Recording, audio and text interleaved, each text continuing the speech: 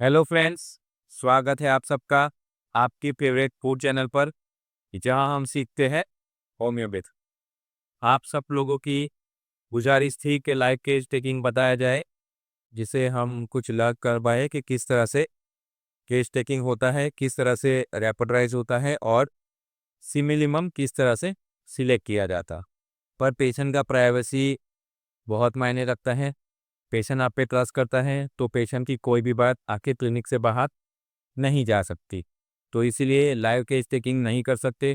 Patient का permission हो फिर भी नहीं करना चाहिए। ये इथिक्स के अगेंस्ट है, ऐसा नहीं करना चाहिए। फिर भी आपको अगर लर्न करना है किस तरह से मैं अपना केस हैंडल करता हूँ, किस तरह से रूब्रिक सिलेक्ट करता हूँ, किस तरह से सिमिलिमम सिलेक्ट करता हूँ और किस तरह से फॉलो अप में मेडिसिन रिपीट करता हूँ या डोजेस किस तरह से लिखा, तो इसको लर्न करने के लिए आज मैं आपके सामने मेरा एक क्लिनिक का केस है जो केस स्टडी के रूप में रिप्रेजेंट करूंगा। तो ये वीडियो थोड़ा लंबा होने वाला है, आप पूरा देखना। पूरा वीडियो देखने से आपको फ़ायदा ये होगा कि आप अच्छे से अपना केस सॉल्व कर पाओगे, क्योंकि केस सॉल्व करना इजी काम नहीं है। इसमें काफ़ी सारे स्टेप होते हैं। अगर आपने एक भी स्टेप मिस कर दिया तो फिर आप कहोगे कि सर आपका वीडियो देखा और फिर भी मुझे केस हैंडल करने में प्रॉब्लम हो रही है। तो ऐसा मत करना, आप वीडियो पूरा देखना।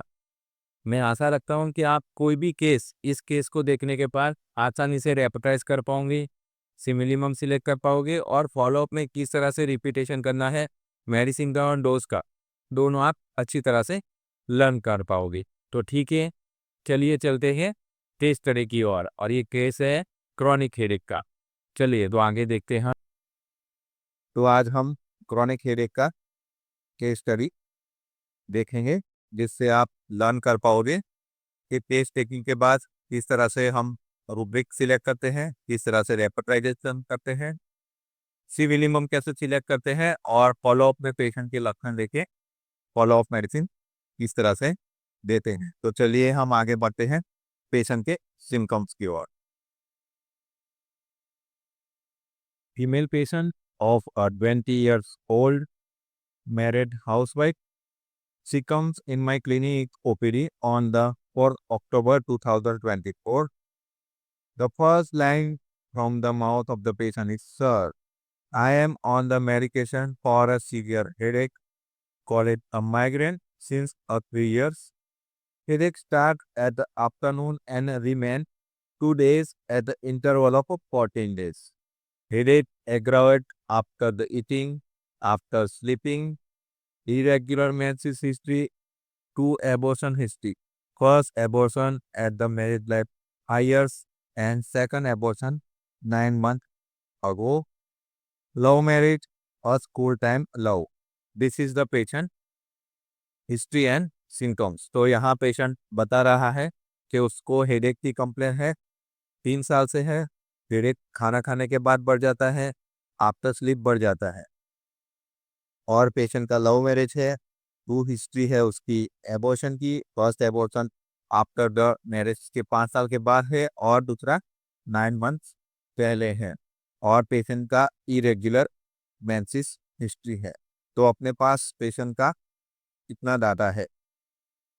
इस सिम्टम्स और हिस्ट्री के आधार पे हमें रूब्रिक का चयन करना है, किस तरह से हमें रूब्रिक लेना है, ये सारी चीज़ें हमें करना है। और रूब्रिक लेने के बाद उसका मेडिसिन भी हमें सिलेक्ट करना है। तो आप लोग भी आपके स्क्रीन पे देख रहे होंगे, आप लोग भी डॉक्टर या जो भी देख रहे हैं, तो हमने यहाँ रूब्रिक लिया है इस केस के लिए। रूब्रिक फॉर दिस केस, फिर पेन ईटिंग आफ्टर, मतलब सर का दर्द खाना खाने के बाद।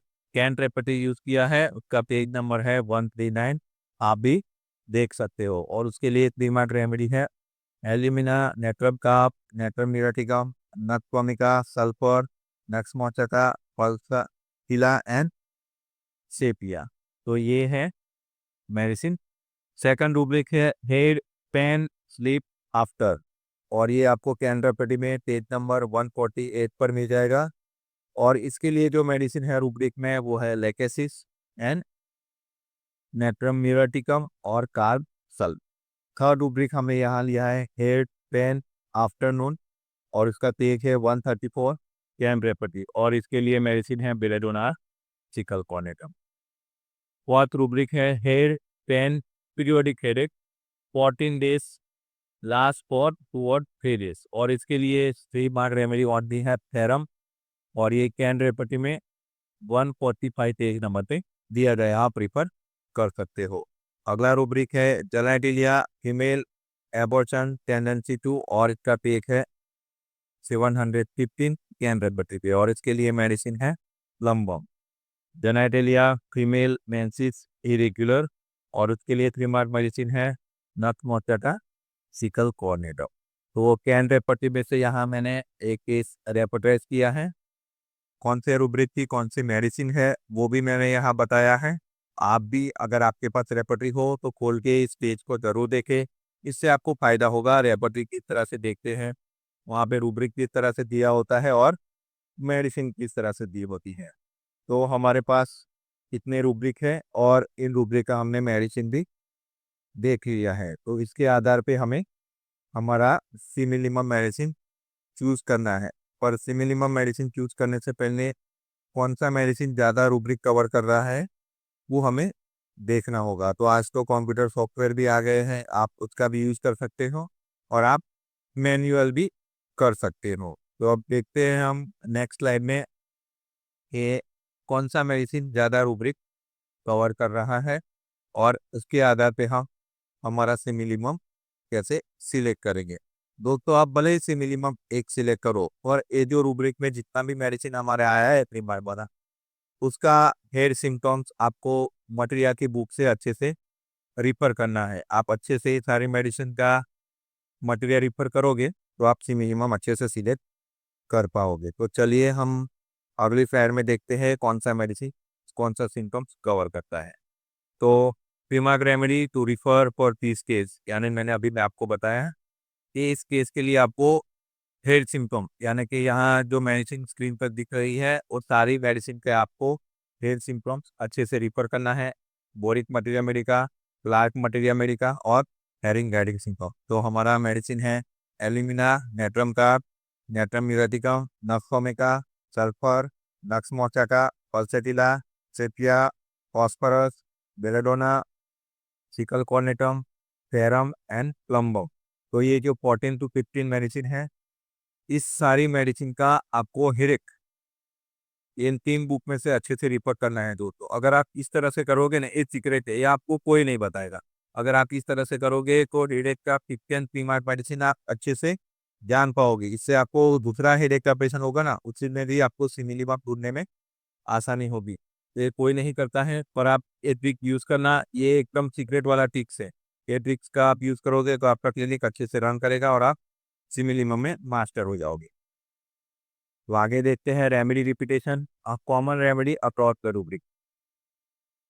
तो नेट्रम म्यूरेटिकम है वो हमारा सेकंड, थर्ड, फोर्थ और 6 रूब्रिक कवर करता है। सेपिया हमारा थर्ड, फिफ्थ और 6 रूब्रिक कवर करता है। सल्फर 1 3 5 6 और पल्सेटिला 1 and 6 और नॉटफॉर्मिका 1 and। तो इस तरह से रेपर्टोरेशन करने के बाद हमारे पास मेडिसिन आता है कि कौन सा मेडिसिन कौन सा सिम्टम्स कौन सा रूब्रिक कवर कर रहा है। इसके बेसिक पे हमें मिनिमम सिलेक्ट करनी है। पर सबसे ज़्यादा जरूरी चीज़ होता है मटेरिया मेडिका नॉलेज। ऐसा नहीं है कि नेटरम्यूट फर्स्ट इतने सारे रूब्रिक कवर करता है तो हम वो देंगे, और क्यों नेटरम्यूट देंगे और तो क्यों से मिनिमम सिलेक्ट करेंगे वो भी मैं आपको बता रहा हूँ। तो most likely remedy to consider natrum muriaticum. तो क्यों देना है, तो पीरियोडिक हेडेक है, आफ्टरनून एग्रावेशन है, इरेगुलर मेंसेस हिस्ट्री है और एबॉर्शन के विषय में यहाँ ग्रेड भी हम ले सकते हैं क्योंकि एबॉर्शन माता के लिए काफ़ी दुखदायक होता है। सेपिया है तो सेपिया में क्या है, irregular menses, tendency to abortion, headache, ये हम कंसिडर कर सकते हैं। सल्फर, सल्फर में क्या है, तो डिफेक्टिंग है, एंटीसोरिक मेडिसिन है, support peace with periodic complain. आप जानते हो सल्फर पीरियोडिक कंप्लेन में अच्छे से वर्क करता है। इरेगुलर मेंसेस है तो सल्फर के विषय में आप ये कंसिडर कर सकते हो। तो यहाँ पर क्यों हमें इन तीन चीज़ों का अच्छे से कंसिडर करना चाहिए, ये 3 मेडिसिन रेफरेंस में हमें दी गई है। पर आपको एक्चुअली जो 15 मेडिसिन मैंने आगे बताए ना, वो सारी मेडिसिन का इस तरह से, यहाँ जो मैंने 3 मेडिसिन का बताया है, इस तरह से आपको मल्टीग्राम मेडी का चूज करना है, जिससे आप सिमिलीमम अच्छे से सिलेक्ट कर पाओगे। तो मेरा सिमिलीमम यहाँ है नेट्रम म्यूटिकम और डोज मैंने सिलेक्ट किया है टेक्सेक्स। तो मेरा मेडिसिन सिमिलीमम हो गया है natrum muriaticum 6x 6 tablet TDS for 7 days. तो क्यों 6x? तो उसका एक्सप्लेनेशन मैंने दिया है, why 6x। I want to observe a role of biochemic action in this case. इस केस में नेट्रम म्यूटिकम का बायोकेमिक रोल, यानी जब हम 6x में देते हैं ट्रैचुरेशन वाले पोटेंसी में, तो सुचलर का वेल्थ इश्यू की तरह वर्क करता है। तो बायोकेमिक एक्शन भी इस केस में मैं देखना चाहता हूँ, इसके लिए मैंने यहाँ पोटेंसी 6x सिलेक्ट की है। तो अब मेडिसिन देने के बाद पेशेंट को क्या रिलीफ मिलता है, एग्रावेशन आता है, या मेडिसिन किस तरह से वर्क करता है, वो फॉलोअप में देखेंगे। तो फॉलोअप में है 11 October 2024, relieve in headache remain just only 1 day, patient feeling good, sleep improve. तो फिर मैंने क्या किया है, नेट्राम्यूल 6 पिल्स टीलियस 1 हफ्ते के लिए और दिया है। तो यहाँ अच्छा लग रहा है पेशेंट को, फिर भी मैंने रिपीटेशन किया है। क्यों? क्योंकि हमने बायोकेनिक फॉर्म में दिया है, तो बायोकेनिक वर्क करता है डेफिशिएंसी के बेस पे, तो इसीलिए मैंने यहाँ रिपीटेशन किया है।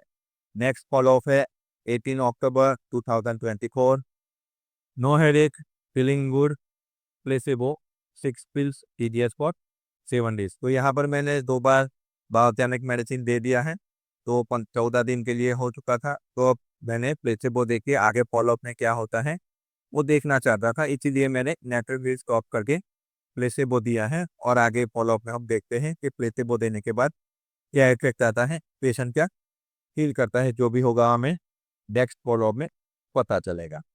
तो हम चलते हैं नेक्स्ट फॉलोअप की ओर और देखते हैं कि पेशेंट क्या क्या हो रहा है।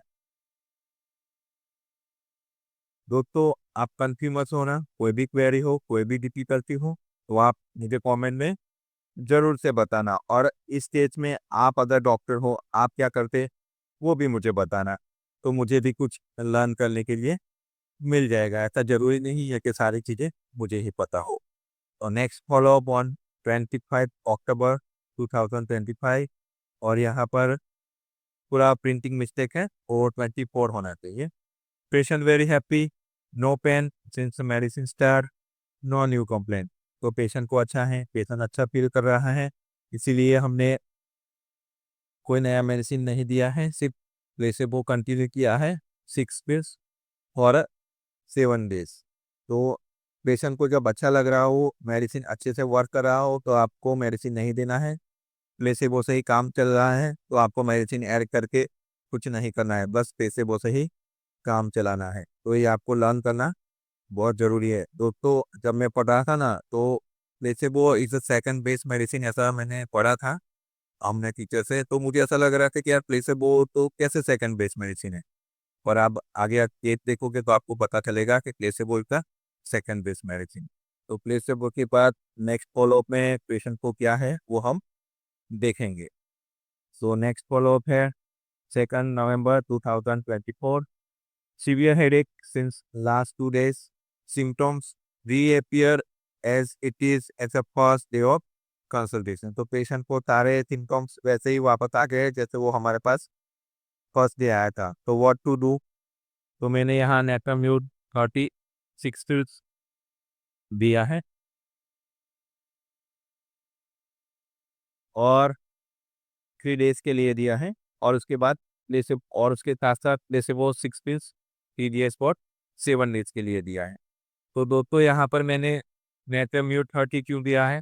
तो पहले हमने 6x दिया था, तो अब हम 30 पोटेंसी पे जा रहे हैं। पेशेंट को भले ही सिम्टम्स वापस आ गए हैं, आपको मेडिसिन चेंज नहीं करना है, पहले आपको मेडिसिन का पोटेंसी चेंज करना है। तो मैंने पहले 6x दिया है और इस बार मैंने नेट्राम्यूट 30 दिया है। अब आप सोचोगे कि 3 डेज के लिए क्यों दिया है, 7 डेज के लिए क्यों नहीं दिया है?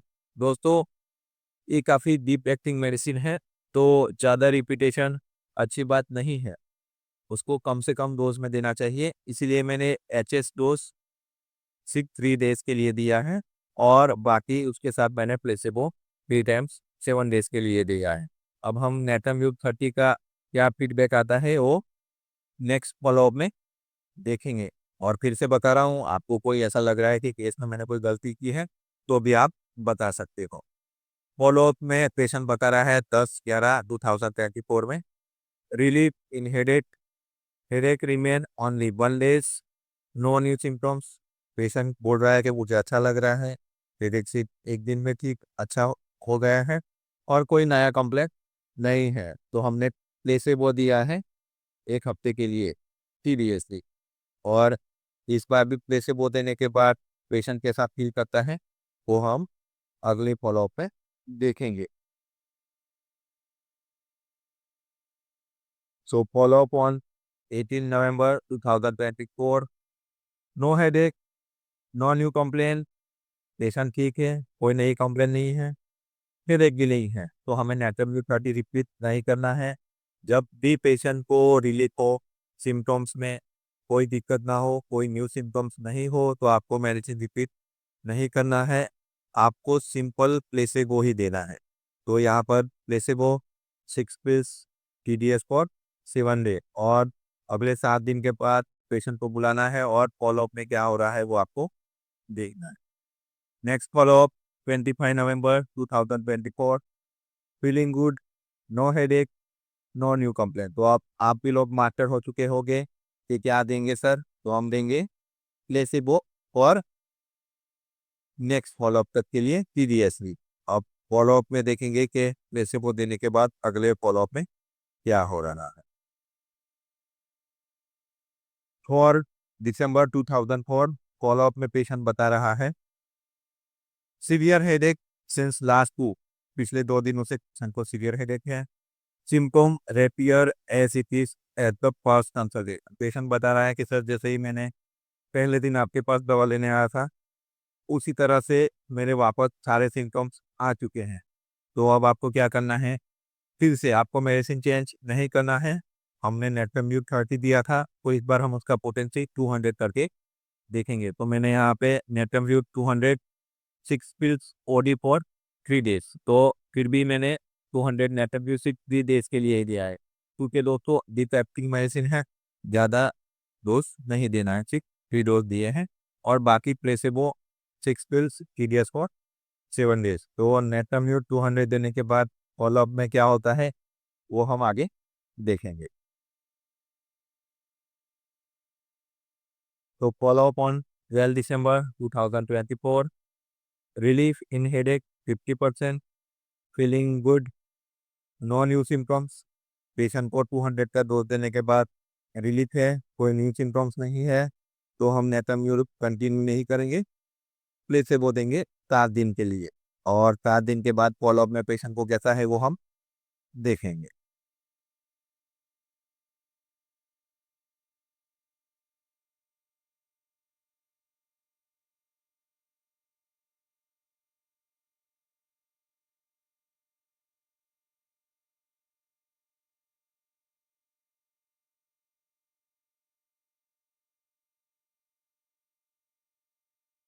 और फॉलोअप में 20 December 2024, patient feeling no headache, feeling good, no new complaint.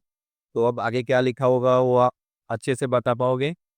Placebo 6 pills TDS for 7 days and ये इसमें क्या इम्प्रूवमेंट हो रहा है देखेंगे हम नेक्स्ट फॉलोअप में। Follow up on 28 December 2024, no headache, feeling good, no new complain. तो आप जानते हो placebo 6 pills TDS for 7 days. और next follow up on 5 January 2025, patient very happy, feeling much better this time since last 15 days, no headache, no new complaint, placebo for 7 days। तो आप अच्छे से सीख गए होंगे तो आप लोग कि पेशेंट अच्छा फील कर रहा है, सिम्टम्स रिलीव है, कोई न्यू कंप्लेंट नहीं है, तो आपको मेडिसिन रिपीट नहीं करना है, आपको सिर्फ प्लेसेबो से काम चलाना है नेक्स्ट फॉलोअप तक। तो नेक्स्ट फॉलोअप में क्या हो रहा है?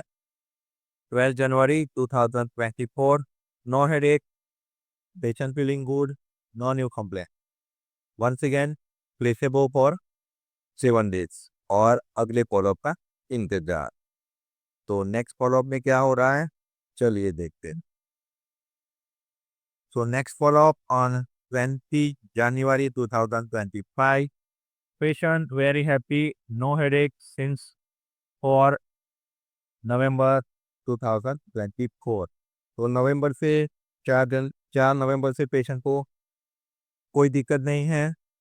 सिंस लास्ट 1.5 मंथ से पेशेंट को कोई एपिसोड हेडेक का नहीं हुआ है और नो न्यू कंप्लेंट। तो हमें क्या करना है, just placebo for another 7 days और वेट करना है नेक्स्ट फॉलोअप का।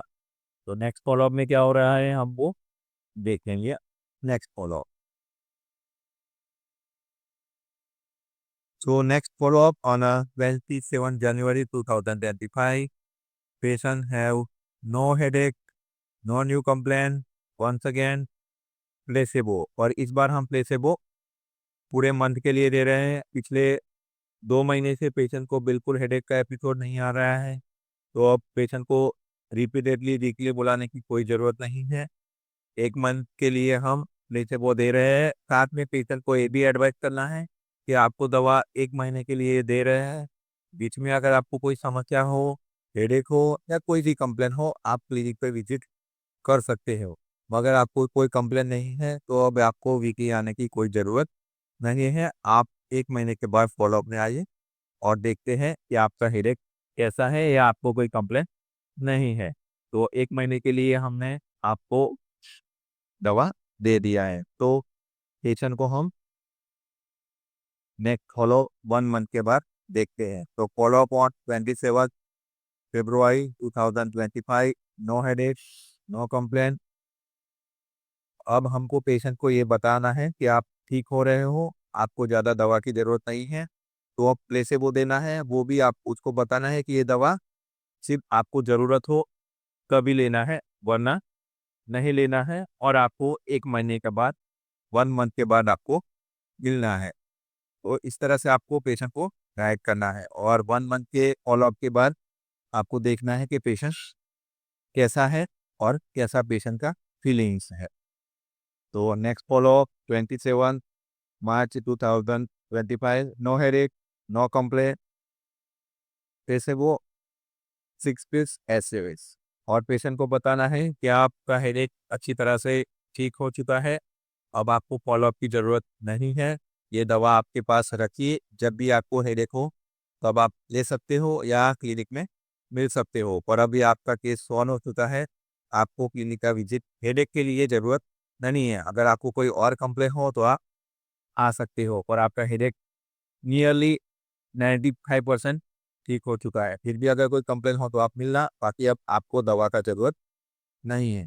तो देखो दोस्तों, इस केस ने हमको क्या-क्या सिखाया है, इस वीडियो से आपको क्या लर्न करने मिला है, वो आप हमें ज़रूर से बताना। आशा रखता हूँ दोस्तों कि वीडियो आपको ज़रूर से अच्छा लगा होगा। इस वीडियो में से आपने कुछ चीज़ें ज़रूर सीखी होंगी और यकीन के साथ कह सकता हूँ कि अगर आपने वीडियो पूरा देखा है तो आप अपने क्लिनिक में आपका केस अच्छे से हैंडल कर पाओगे। कुछ गलती हुई हो तो भी आप बता सकते हैं, ऐसा ज़रूरी नहीं है कि सारी चीज़ें मुझे ही आती हो। आप लोग भी मास्टर हो, आपके पास कुछ और एक्स्ट्रा नॉलेज में हो तो वो भी आप मेरे साथ शेयर किए, मैं भी लर्न करना चाहता हूँ। ठीक है, और आपको जो भी आगे सीखना हो, जो भी टॉपिक पे चर्चा करनी हो, आप कमेंट में ज़रूर बताइए, हम उस विषय पे ज़रूर से चर्चा करेंगे। और आप लोगों के साथ जो नॉलेज है वो भी मेरे साथ आप शेयर करिए, उससे मेरा नॉलेज भी बढ़ेगा और मेरे पेशेंट को भी फ़ायदा होगा। तो मिलते हैं नेक्स्ट वीडियो में। तब तक के लिए बाय बाय दोस्तों। बस अब